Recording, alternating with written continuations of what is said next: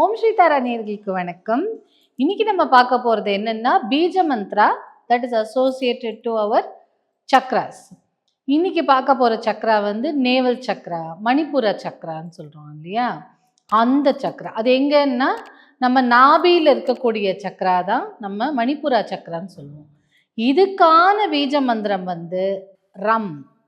இதைத்தான் நம்ம வந்து ராமன்னு சொல்றோம். இப்படி சொல்லும்போது என்ன ஆகும், இந்த சக்ராவை இந்த பீஜ மந்திரத்தை நம்ம சாண்ட் பண்ணிகிட்டே இருக்கும்போது சொல்லிகிட்டே இருக்கும்போது என்ன ஆகும்னா நம்ம வயிற்றுக்குள்ளே இருக்க பெப்டிக் அல்சர், டைஜஸ்டிவ் டிஸார்டர், அதுக்கப்புறம் நம்மளோட டயரியா, கான்ஸ்டிபேஷன், இந்த மாதிரி இஷ்யூஸ் எல்லாம் சால்வ் ஆகும்.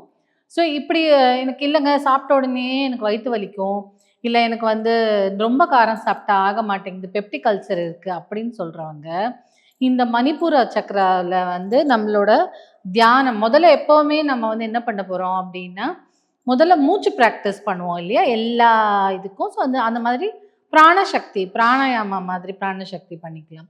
அப்போ இன்ஹேலிங்கும் நம்ம ராம்னு சொல்லிக்கலாம், எக்ஸேலிங்கும் ராம்னு சொல்லிக்கலாம். ஸோ அந்த மூச்சில் கூட நம்ம அந்த விஷயத்த சொல்லலாம். ஸோ அதனால் ராமநாம எடுத்துக்கோங்கன்னு சொல்கிறதும் இந்த மாதிரியும் இருக்கும்.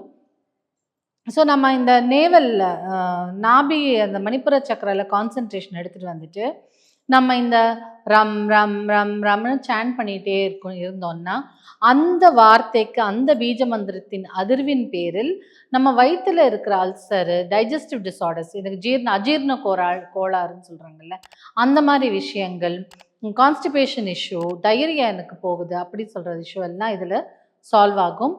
ஸோ இந்த சக்கர தியானம் நீங்கள் கண்டிப்பாக பண்ணலாம் எவ்ரிடே. இதுக்கு வந்து காலையில் பிரம்ம முகூர்த்தத்தில் பண்ணால் நல்லது. அப்படி என்னால் பண்ண முடியலங்கிற டியூரிங் தி டே எப்போ வேணால் பண்ணிக்கலாம். கொஞ்சம் கொஞ்சமாக நீங்கள் இந்த மந்திரத்தை சாண்ட் பண்ண உங்களோட